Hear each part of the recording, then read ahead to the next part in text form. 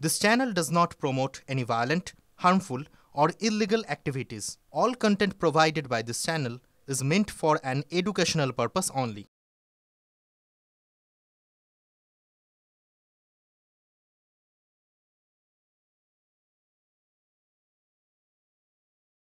ফের পাঠ্যক্রম বিতর্কের মুখে এনসিইআরটি।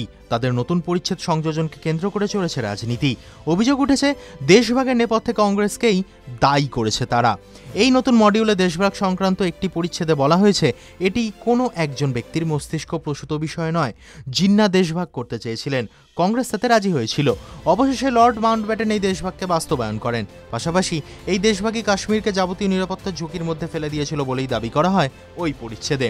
এনসিইআরটি সূত্রে খবর, দেশভাগের এই নতুন বিবরণ ষষ্ঠ শ্রেণী থেকে দ্বাদশ শ্রেণী পর্যন্ত সংযোজিত হয়েছে, যেখানে নিয়মিত পাঠ্যপুস্তকের বাইরে ষষ্ঠ থেকে অষ্টম এবং নবম থেকে দ্বাদশ শ্রেণীর জন্য পৃথক সংস্করণ তৈরি করা হয়েছে। পাশাপাশি 1940 সালে লাহোর প্রস্তাবে জিন্নাহর করা সেই কুখ্যাত মন্তব্য, হিন্দু মুসলিম দুটি ভিন্ন গ্রাম, ভিন্ন ভাবধারা, ভিন্ন সামাজিক নীতির মানুষ, এই মন্তব্যও সংযোজন করা হয়েছে মডিউলে।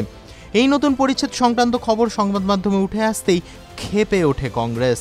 এদিন দলের মুখপাত্র পবন খেরা বলেন, এই পরিচ্ছেদ জ্বালিয়ে দেওয়া উচিত। দেশভাগ হয়েছিল তৎকালীন হিন্দু মহাসভা এবং মুসলিম লীগের বিভাজনের রাজনীতির জেরে। তার সংযোজন আরএসএস এই দেশের জন্য ক্ষতিকর।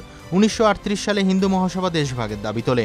তারপর 1940 সালে সেই একই দাবি শোনা যায় মুসলিম লীগের মুখেও। TV9 Bangla digital.